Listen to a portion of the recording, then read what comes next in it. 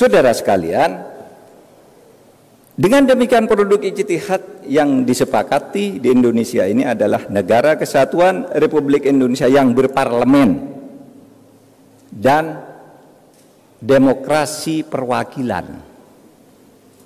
Disitulah kemudian muncul harus ada parpol,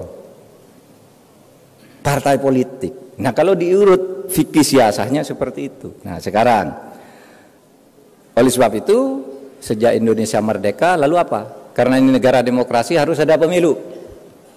Ya, ditulis di situ dalam waktu 6 bulan di Undang-Undang Dasar aturan tambahan ditulis begini, dalam waktu 6 bulan setelah perang Asia Timur Raya diselenggarakan pemilihan umum untuk memilih anggota DPR, MPR, Dewan Pertimbangan Agung. MPR, DPR, Dewan Pertimbangan Agung dan lain-lain lembaga negara lah. Pokoknya 6 bulan waktu itu. Karena apa? Karena ini negara demokrasi, harus ada pemilu. Nah, berdasar itu lalu pada tanggal 3 November pemerintah mengeluarkan maklumat wakil presiden tertanggal 3 November tahun 1945 yang isinya begini nih.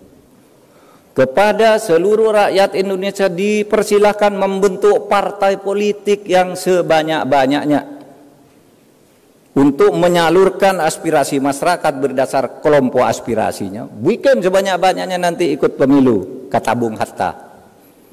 Nah, disitulah lalu bermunculan partai politik yang kemudian sesudah diseleksi pada tahun 55 ikut pemilu.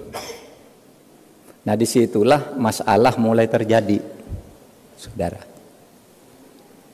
Hasil pemilu tahun 55,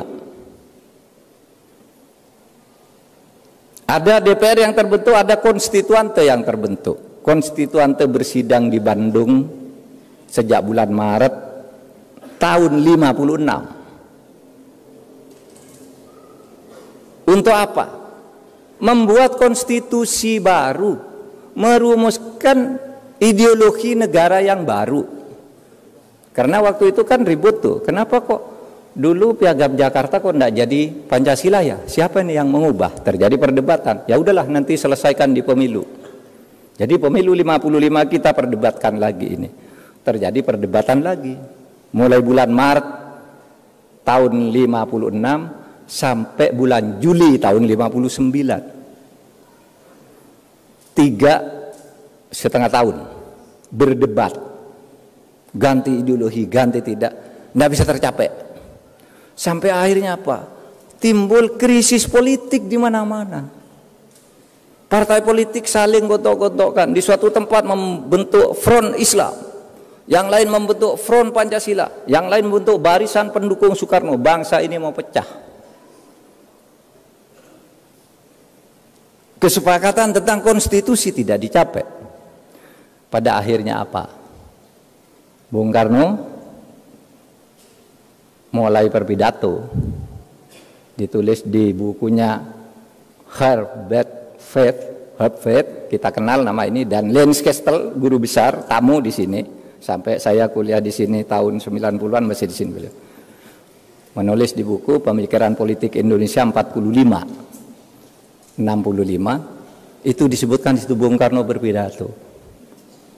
Yang merusak Indonesia ini adalah partai politik. Bung Karno.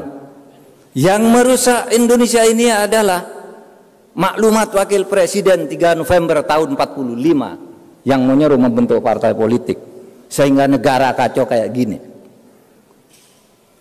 Oleh sebab itu kemudian presiden mengeluarkan dekret presiden untuk menyelamatkan Indonesia, menghentikan kontroversi soal Piagam Jakarta dan Pancasila dan sebagainya. Maka Bung Karno menyatakan membubarkan konstituante, membentuk MPRS, DPRS dan DPAS, dan kembali ke Undang-Undang Dasar 1945. Nah, di situ timbul kontroversi sudah mulai terhadap partai politik ini. Saudara, waktu itu kita agak marah kali ya. Waktu membaca sejarah itu kok begitu ya Bung Karno ini. Partai politik hasil pemilu dibubarkan. Yang berhak memberlakukan undang-undang dasar bukan presiden, itu seharusnya konstituante. Lalu ditulis di sejarah ketatanegaraan kita, Bung Karno melanggar konstitusi sehingga dijatuhkan pada tahun 66. Tapi saudara, kalau saudara lihat kehidupan partai politik sekarang ini, rasanya Bung Karno benar. Partai politik suka ngaco itu. Ya kan itu yang dilakukan oleh Bung Karno. Loh, kalau enggak negaranya pecah. Dulu kita maki-maki Bung Karno setiap penatanan P4 demokrasi terpimpin ini salah. Lalu sesudah saya jadi menteri ini tahu, oh iya ya, Bung Karno ini enggak salah kalau dibiarin kayak gini, enggak dilawan, enggak ditreatment dengan tegas, negara ini bisa hancur, saudara. Kalau zaman Bung Karno dulu kehancurannya mungkin pertentangan ideologi, sekarang bisa karena persoalan korupsi dan ketidakadilan. Nah, itulah sebabnya saya katakan, saudara sekalian, jadi kita ini, saudara sekalian, mempunyai negara demokrasi di mana partai politik itu melupakan salah satu instrumen penting. Itulah sebabnya zaman Pak Harto itu partai politik yang zaman Bung Karno yang ikut banyak sekali sampai perorangan ikut ini ikut. Zaman Pak Harto dijadikan 10 aja yang boleh ikut. Pemilu pertama tahun 71, saudara yang sudah ada di tahun 71 ingat ada 10 partai politik. Tapi tahun 73 oleh Pak Harto disederhanakan, 3 aja biar enggak ribut-ribut. Ternyata lalu kemudian 3 partai ini dikooptasi oleh kekuatan politik Orde Baru, sehingga di situ terjadi KKN, korupsi, kolusi dan nepotisme yang akumulatif. Apa akhirnya? Pak Harto dijatuhkan juga, tidak ikut ketentuan undang-undang dasar. Demokrasi zaman Pak Harto itu demokrasi formal berjalan, setiap 5 tahun ada pemilu. Pemilunya ya direkayasa, tidak pakai survei, saudara, udah pemenangnya udah tahu. Ya. Kalau sekarang ini kan asik nih, asik saudara, jangan salahkan situasi sekarang ini survei. Besok yang akan menang Anies, besok yang akan menang Ganjar, besok yang akan menang Prabowo. Tidak apa-apa, survei dulu tidak boleh. Besok yang akan menang harus Pak Harto, harus Golkar. Kalau dulu udah diatur semua partainya, makanya dulu ada ABG, ABRI, birokrasi Golkar. Itu yang menentukan pemenang. Saya kemarin cerita di PDIP, begini saya bilang, itu ada kejadian lucu tuh. Menurut undang-undang Susduk MPR, DPR dan DPRD, susunan kedudukan MPR, DPR dan DPRD di tahun 1997 disebutkan bahwa DPR terdiri dari 11 fraksi dan setiap partai harus punya minimal 1 orang wakil di dalam fraksi itu. Tiba-tiba karena pemilunya tidak adil, bersemangat nih PDI waktu itu dipimpin Suryadi, Bu Mega juga ada masih menjadi bagian dari itu tapi udah pecah. PDI dikerjain. Apa? Di Sumatera Utara ternyata PDI hanya dapat 10 kursi.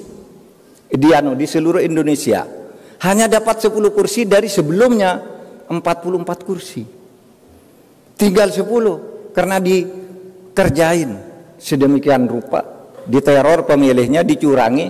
Akhirnya apa? Sesudah pemilu diumumkan kaget, loh ini kalau kursinya hanya 10 bertentangan dengan undang-undang Susduk. Kan katanya setiap komisi harus ada 1 wakil. Nih PDI hanya 10, terus siapa nih wakil satunya?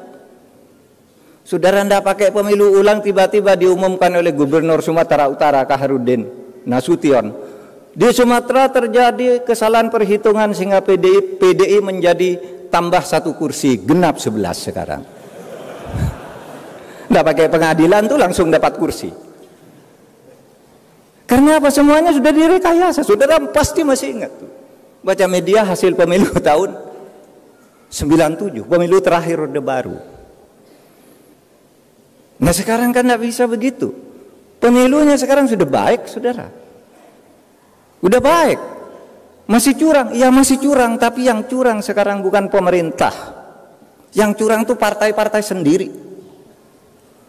Golkar mencurangi PAN, PAN mencurangi Golkar di tempat lain. Sehingga saling gugat.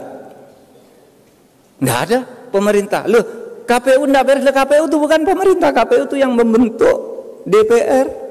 Hasil partai pemilihan orang-orangnya partai politik semua yang memilih. Ini pemilu yang sekarang. Tetapi saudara, dari liberalisasi politik yang seperti itu, kemudian lahir apa? Ya. Yang lahir adalah politik transaksional, politik biaya tinggi, sehingga sekarang orang karena pemerintah tidak ikut ngawasi bisa beli ke KPU di tingkat bawah. Di suatu tempat di Jawa Timur beli ke bupati itu yang ngatur lurah-lurah semua. Lurah itu yang kemudian ngatur suara untuk setiap orang, bukan hanya untuk setiap partai, untuk setiap orang. Sehingga misalnya orang Papua bisa aja kalau dengan lurah, kenal dengan lurah itu menjadi wakil dari Jawa Timur karena suaranya bisa diatur. Sekarang nah ini pilihan politik kita ini sudah benar apa tidak? Ini persoalannya. Kalau mau membongkar pembongkaran partai politik, gimana nih cara membongkarnya? Apa ngubah sistem pemilunya? Atau apa? Sehingga sekarang ini, saya kemarin bicara kok susah ya mengajukan aspirasi-aspirasi yang baik bagi pembangunan hukum, tetapi selalu gagal di DPR.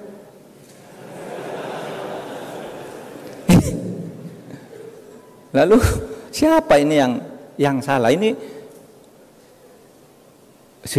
zaman Bung Karno tuh undang-undang, wah hebat loh, banyak lahir. Setiap ada aspirasi yang rakyat, undang-undang itu dibuat undang-undang. Zaman Pak Harto juga lumayan. Nah sekarang ini undang-undang penting, nggak bisa lahir. Parpolnya nolak, DPR-nya nolak. Ketika ditanya, DPR kok nolak? Dan kan bagus, bos.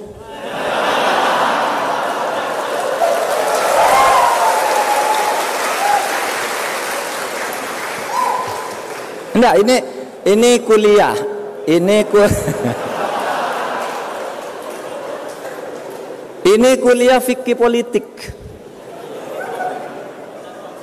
fikih siasah ini, saudara.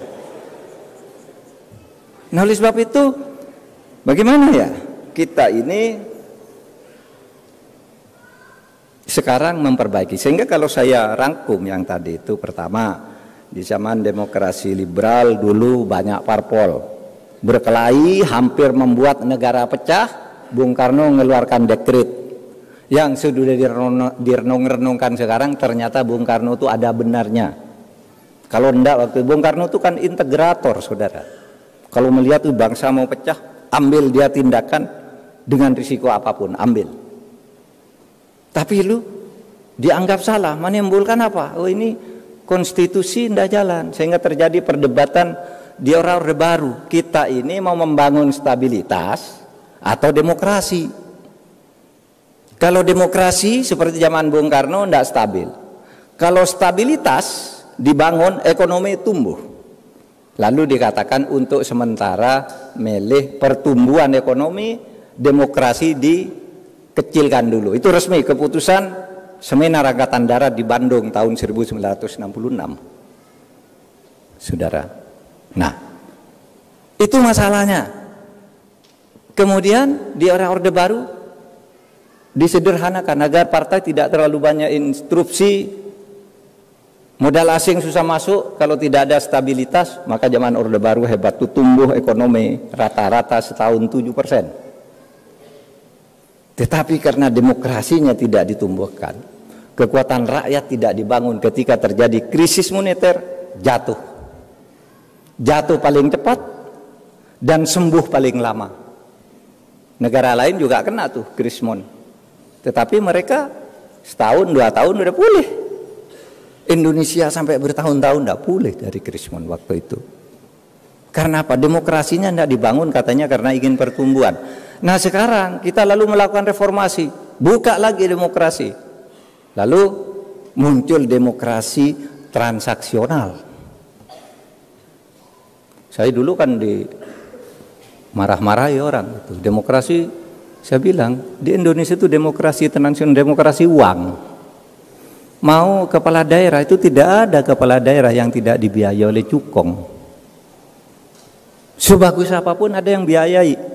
Ya, enggak semuanya Pak. Ya betul. Berapa? 84% kata KPK. KPK itu menyatakan resmi, hasil temuan KPK 84% kepala daerah di Indonesia dipilih melalui cukong.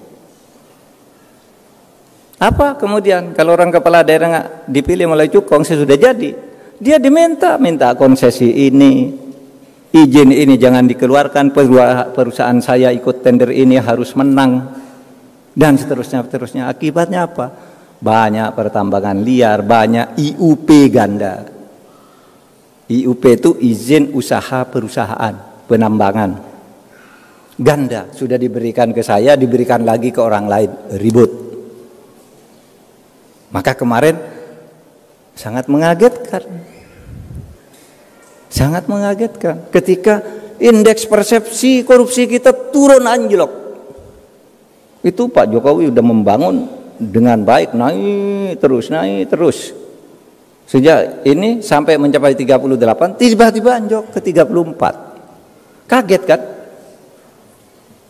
Waktu peringatan 1 abad NU di Sidoarjo itu, saya sebenarnya punya tugas melepas lomba gerak jalan warga Nahdien. Tapi Pak Jokowi ngajak pulang ke Jakarta, ikut satu pesawat. Saya tidak jadi ikut acara NU lanjutannya, bicara tentang indeks persepsi korupsi. Apa yang terjadi? Saya bilang, Pak, masalahnya ada di berbagai sektor. Dari mana Pak Mahfud tahu? Tahu karena saya ngundang Transparansi Internasional ke rumah saya, ngundang Litbang Kompas ke rumah saya, ngundang partnership yang selama ini bergerak menilai tentang korupsi. Kesimpulannya apa Pak?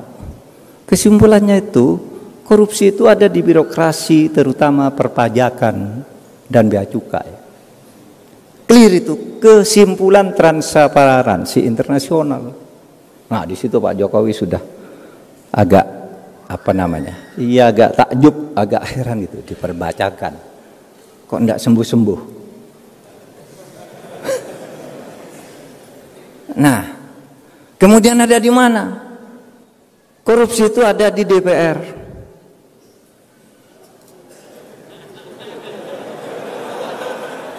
Apa bentuknya di DPR itu?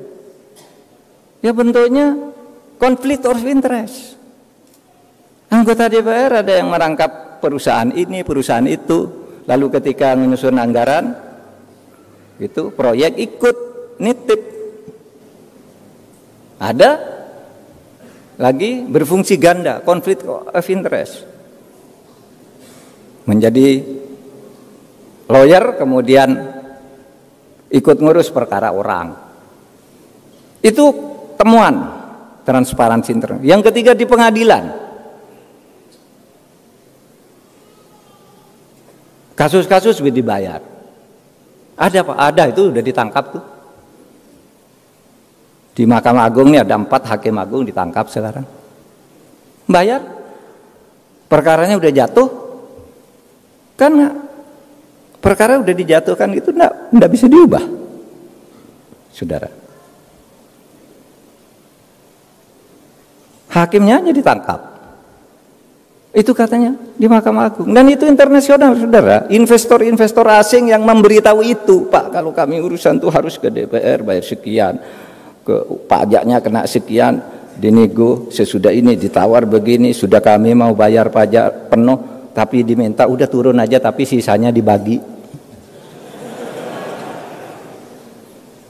Udah tahu semua catatannya, saudara. Sehingga wah, kok enggak sembuh-sembuh ya? Gitu yang muncul. Ini yang harus kita perbaiki di dalam ketatanegaraan kita, yang pada sore hari ini kita bicara tentang parpol. Ya. Nah, saudara sekalian, kalau kita teliti lebih lanjut, reformasi di awal periode era reformasi itu kan kehidupan partai politik itu bagus banget. Pemilu terbaik sesudah Orde Baru adalah pemilu era reformasi pertama tahun 99, di mana PDIP menang mutlak dibandingkan yang lain lah, 36%. Yang lain dibagi ke sekian banyak partai, tapi 36% diambil PDI sendiri.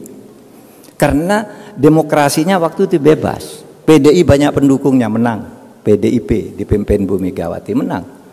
Dan saudara coba lihat pemilu yang baik, hasil pemilu tahun 99 sampai 2004 tidak ada korupsi, bagus, DPR-nya bagus, produknya bagus-bagus, lahir undang-undang KPK, undang-undang MK, undang-undang Komisi Yudisial. Korupsi tidak ada. Saya pernah jadi Menteri Pertahanan, tidak ada kasus korupsi saat itu. Zaman Habibie tidak ada korupsi baru, takut semua. Jangan Mbak Mega juga korupsi, tidak ada. Mungkin ada persoalan penjualan aset yang apa? Ya itu kan bukan korupsi, bisnis. Tapi korupsi yang bersungguh-sungguh kemudian muncul sesudah tahun 2004 dan seterusnya. Di situ mulai timbul politik uang. Saudara. Jadi apa? Terjadi pergeseran-pergeseran. Saya pernah melakukan studi setiap perubahan suatu rezim, suatu era, hukum itu berjalan baik. Tapi sesudah sekian lama hukum menjadi jelek karena kontrolnya berubah. Coba awal kemerdekaan bagus tuh hukumnya, tapi lama-lama timbul konflik. Awal demokrasi terpimpin, semua tertib, tapi lama-lama terjadi kesenangan berkepanjangan. Awal Orde Baru hebat, kebebasan pers, undang-undang DPR apa diatur semua, bagus awalnya.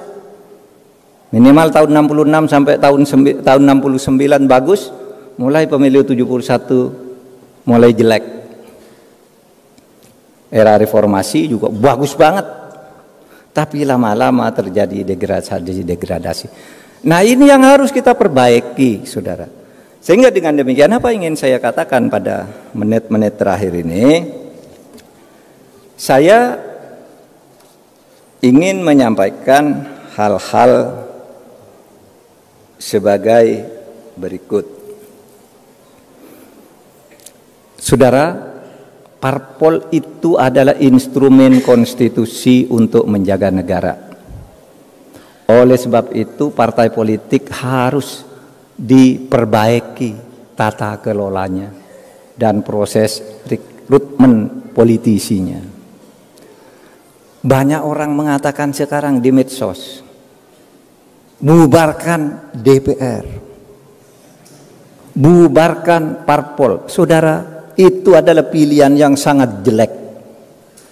Saya ingin tegaskan, daripada tidak ada DPR, daripada tidak ada parpol, lebih baik kita hidup bernegara ini mempunyai DPR dan mempunyai parpol meskipun jelek. Iya, begini saudara. Kalau negara berubah ke monarki, potensi kesewenang-wenangan di dalam negara apapun. Kalau monarki itu potensi kesewenang-wenangannya besar, sementara masyarakat tidak punya peluang untuk mengontrol. Di dalam sejarah kebangunan khilafah Islam, itu pelanggaran dan kesewenang-wenangan luar biasa banyak terjadi. Pembunuhan terhadap ulama-ulama itu terjadi di khilafah Islam karena beda pandangan politik, memberi fatwa yang berbeda. Imam Hambali yang kita ikuti ajaran fikihnya sampai sekarang dipenjara, dianiaya karena beda pendapat dengan khalifah. Dan tidak ada yang berani ngontrol. Tetapi coba kalau demokrasi meskipun partainya jelek, bisa dia punya pulang konstitusi mengatakan partai gitu. Dalam situasi tertentu partai meskipun jelek ini bisa dipakai untuk memperbaiki negara. DPR harus ada untuk menyelesaikan masalah. Oleh sebab itu jangan berpikir dalam situasi sekarang udahlah berubah negara kita jangan menjadi demokrasi, tidak boleh. Harus tetap demokrasi. Pilihannya partai dan DPR harus diperbaiki bersama-sama, saudara. Ya. Nah, yang kedua, partai politik dalam ide kita itu dibangun untuk salah satunya adalah rekrutmen kepemimpinan bangsa. Oleh sebab itu partai politik itu harus ada, tetapi harus bersaing untuk memilih pemimpin yang benar, memilih wakil rakyat yang benar. Itu jadi partai politik itu bukan untuk saling meniadakan, saling membutuhkan, saling membunuh. Saya calonkan ini, kalau ini kalah lalu pecah gitu. Nggak boleh. Yang menangnya harus diterima sebagai produk persaingan yang fair. Di dalam kita bernegara. Jadi bukan saling memfitnah, saling membantai. Udahlah, saing kalau memang pilihanmu yang menang dipilih oleh rakyat, kita akui bersama. Anda mau bergabung boleh, beroposisi juga boleh, tapi oposisi itu ada batas-batas konstitusionalnya juga. Yang penting partai sehat, parlemen sehat, saudara. Dan yang terakhir, saudara, tidak ada partai politik itu yang jelek benar, tidak ada partai politik itu yang baik benar. Di partai apapun ada orang baiknya, tapi di partai apapun juga ada koruptornya. Oleh sebab itu, ini yang harus diperbaiki. Dan bagi kaum muslimin, ya, karena partai politik itu sama fungsinya adalah untuk memperbaiki, dan tidak ada kebaikan mutlak di satu partai, tidak ada kejelekan mutlak di satu partai, maka kita ini umat Islam itu boleh memilih partai apa saja asal niatnya ingin memperbaiki negara. Saudara, milih PDIP tidak haram, milih Golkar tidak wajib, milih PAN tidak sunnah juga. Pilih sesukamu, tetapi kemudian bertemulah di dalam apa yang disebut kalimatun sawa. Kalimatun sawa itu apa? Visi yang sama. Partai apapun ingin negara ini baik. Nah, di situ kita ketemu. Meskipun kamu masuk Demokrat, masuk PDI, masuk apa, enggak apa-apa. Tapi kita punya visi yang sama dengan cara dan pintu yang berbeda.